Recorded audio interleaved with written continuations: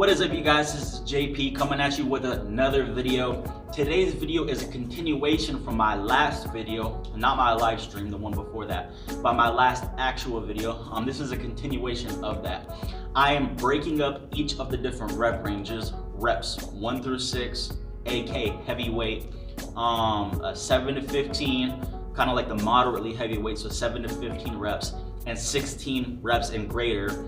So each of these 3 rep range categories, and I'm going over the pros and cons in regards to how they affect hypertrophy or gaining muscle. Because a lot of people will ask, well, what rep range should I train in if I want to maximize gains of muscle mass? And it's not as easy as just picking a rep range.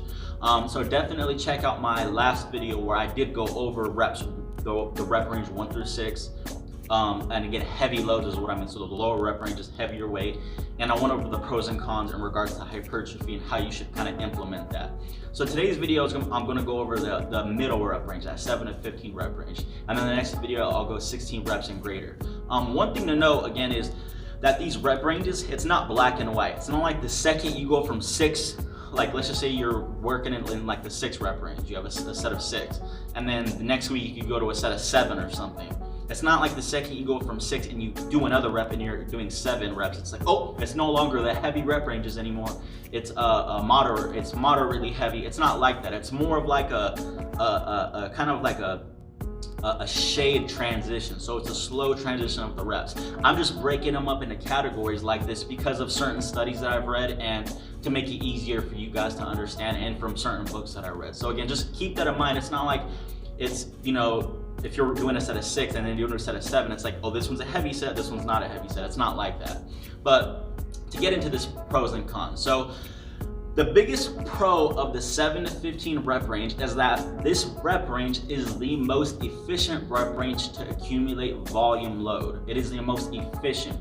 Now, in the last video, I talked about one specific study. Many studies have showed this, but one specific study which showed that the moderate rep ranges and the lower rep ranges both can gain muscle. And other studies have shown lightweights being able to gain muscle too. The higher rep ranges, lighter weight. So multiple studies, and this specific study by Brad Schoenfeld and colleagues and other people, they all, all rep ranges can gain muscle. So there is no hypertrophy rep range. It's not like 8 to 12 reps is for gaining muscle and 5 reps is for getting stronger. No, if you match volume load, the lower rep ranges can also gain just as much muscle. And that's what the study that by Brad Schoenfeld showed, that when they equated volume, that the powerlifting type group, lower rep ranges, heavier weight, longer rest periods, and the bodybuilding group, 8 to 12 reps, shorter rest periods, moderately heavy weight, both gain the same amount of muscle.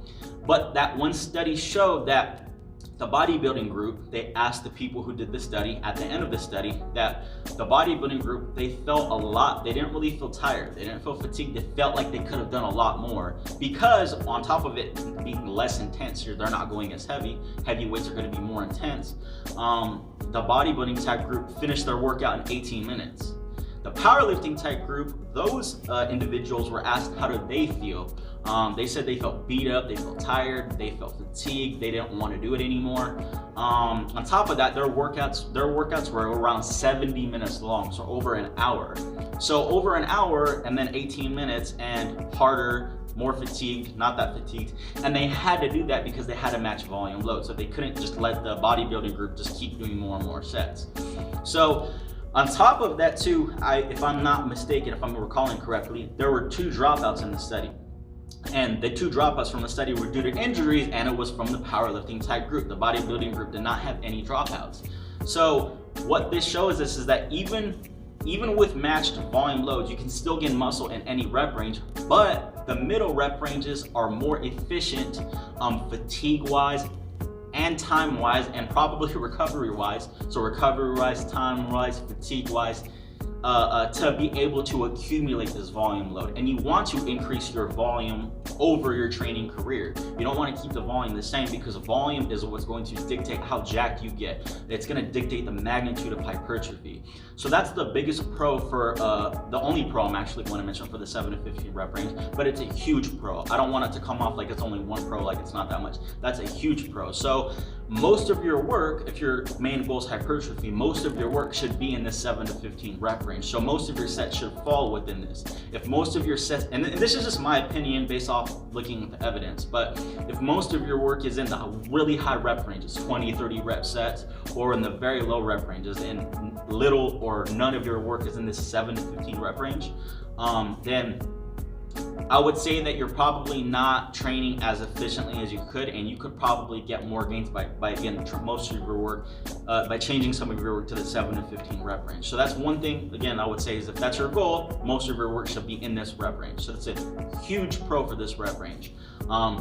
Now, some small cons of this rep range is one, it is not the best at increasing strength. And even if your goal is hypertrophy, like I said in my last video, watch that last video, I'm not going to get too into it, you should focus on increasing your strength as well, because when you increase your strength, if your 3 rep max or your 5 rep max goes up, that also means your 10 rep max is most likely gonna go up. And if your 10 rep max goes up, your 12 rep max goes up, that means the 7 to 15 rep range, the weights you use for this rep range are also gonna go up, which means, again, volume goes up and you make more gains. So the 7 to 15 rep range is not the best at increasing your strength. The lower rep ranges, the heavier weights are better at doing this due to the principle of specificity.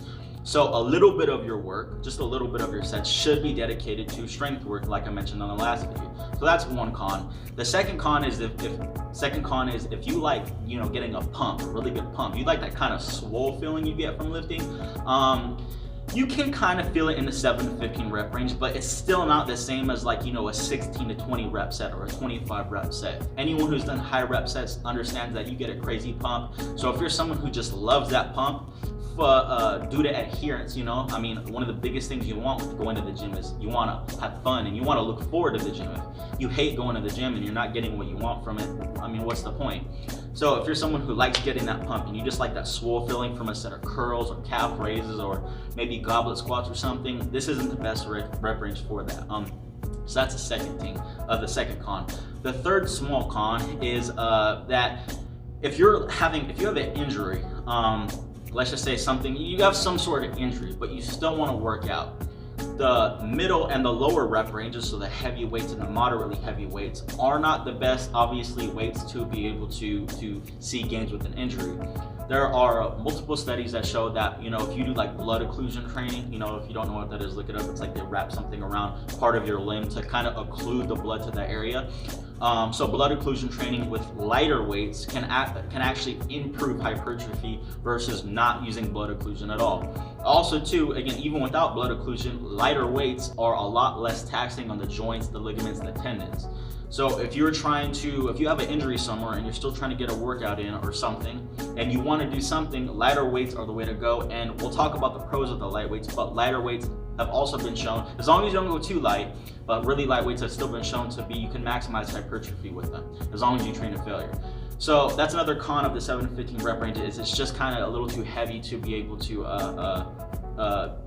train if you have an injury. And that's a con of the heavier rep ranges too, the 1 to 6. So if I didn't say that in that video, I'm saying that there now. So these cons are really small, the pro is really huge, so don't think of it as a 1 versus 3, 1 pro and 3 cons. Again, I think that this rep range is the most efficient at gaining muscle, and most of your sets should be in the 7 to 15 rep range if that's your main goal, but you should not ignore the lower rep ranges. In the next video, I'm gonna go over the higher rep ranges on lighter weights, because lighter weights are higher rep ranges, so 16 plus reps. I'm gonna go over the pros and cons with that. If you guys have any questions, comments, leave them down below. I'll see you guys in the next video.